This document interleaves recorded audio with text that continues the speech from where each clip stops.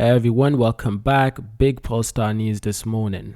Polestar has raised the price of the Polestar 2 in China by up to $4,330. Now, Polestar has actually raised the price of all three versions of the Polestar 2 in China, blaming the continued sharp rise in price of raw material. Therein the lack of raw material, in fact. To rise the price by so much, they must be quite confident that people will still continue buying these cars in China. That's despite the fact that they have large competition from, of course, NIO, XPeng, some of these home-build Chinese cars. This is huge competition for Polestar, so to see them rise the price by this much, it's kind of a shock. Polestar announced the rise of its price of its model, highlighting the rise in price of raw material that still seems to be hindering the industry.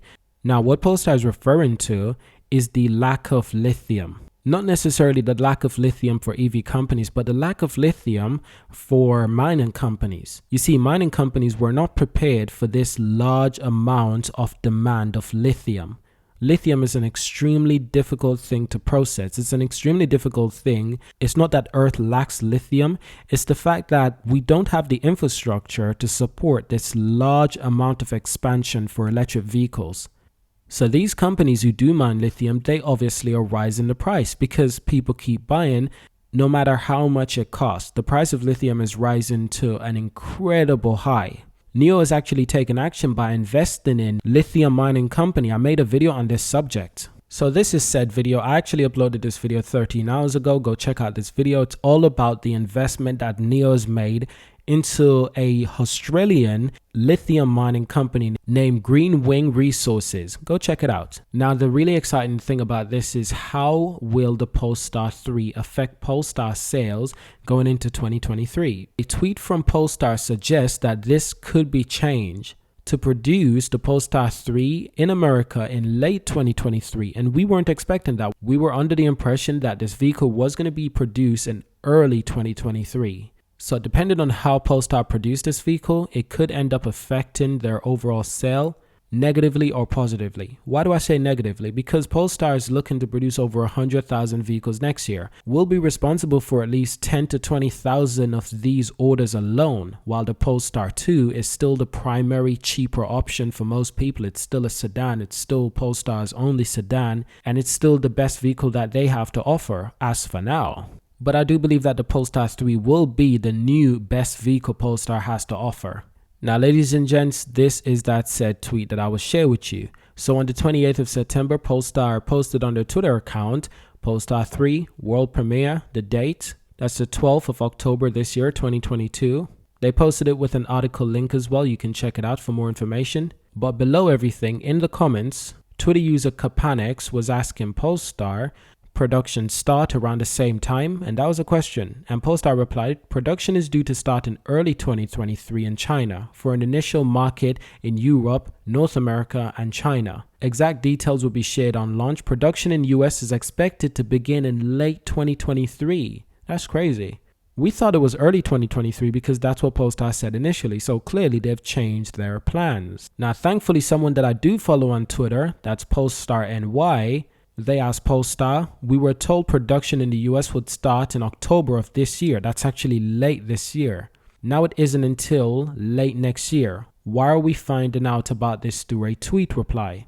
And Polestar response, we're sorry to hear there's some confusion here. Our launch event for the Polestar has been planned for October, with order books expected to begin the same time, while production in the US is set for 2023. But in this reply, they didn't specify late 2023. They only specified that in the initial tweet. So I think Polestar is fully aware that we weren't expecting them to start production of the Polestar in late 2023. That's only for US, of course. For European market, North American market, the Polestar 3 will begin production in China in early 2023. That's the good news. But unfortunately, it will begin late in US. That's the unfortunate thing, and I think this could impact their sales. Now, Elon Musk's Tesla has shown interest in doing the exact same thing, investing in lithium mining companies, having your own lithium mining company. Because it's so expensive, you need to source the material yourself. And this is a new thing for a lot of EV manufacturers. This is a new thing for a lot of regular automotive manufacturers. They don't usually seek to source their own materials because we've never been in this position before. But now, times are changing. The Polestar 2 is offered in 3 models in China, with the 2 less expensive ones being risen by 30,000 RMB, that's $4,330, and the highest price for one being risen by over 20,000 Yang. The price of the single motor standard range Polestar 2, previously priced at 269,000 RMB, that's all before subsidies, will be risen by 30,000 RMB. That brings the price to 299,000 RMB. The price of the single motor long range version of the Polestar 2, previously at 299,000 RMB, is being risen to 329,000 RMB. Crazy numbers, ladies and gents. Now, the price of the dual motor long range version of the Polestar 2, the price was previously 338,000 RMB. Now it's going to be 358,000 RMB. It's crazy. It's absolutely crazy. And Polestar is sharing this difficulty with a lot of other EV companies. It's not just Polestar who's rising prices. It's not just Polestar who's having difficulty in sourcing the material or buying the material to put in the vehicles. It's every EV company that's going through these difficulties. Smaller EV companies like Arrival, Canoo, they have an even more difficult time because they don't have the funding to buy these materials. Polestar has a huge amount of funding from Volvo and from Geely. Rivian has a huge amount of funding from its IPO. It has a huge amount of funding from Amazon and from Ford. Tesla is Tesla, so we don't even need to go into that. But my point is, the big EV companies, they've got huge investments. The smaller EV companies, they don't have enough investment to fully compete in this crazy EV market. And believe it or not, that's actually not a good thing for us. We need more EV companies competing in the EV market. And while other companies out there, typical automotive companies like Mercedes, Audi, Porsche, BMW, they are starting to produce more and more electric vehicles. They are also shocked to realize that the price of lithium is becoming more and more expensive day after day. And that's slowly becoming a problem for a lot of companies. Now, on the other hand, the Polestar 3, ladies and gents, that's the first SUV being produced by Polestar. This vehicle is set to be unveiled on the 12th of this month, October. I will be reacting to the entire event on the YouTube channel. We will be live around 6 o'clock UK time. So that's going to be quite exciting how I react to the event, how you react to the event. We'll all be watching it at the same time. So it's actually going to be quite exciting.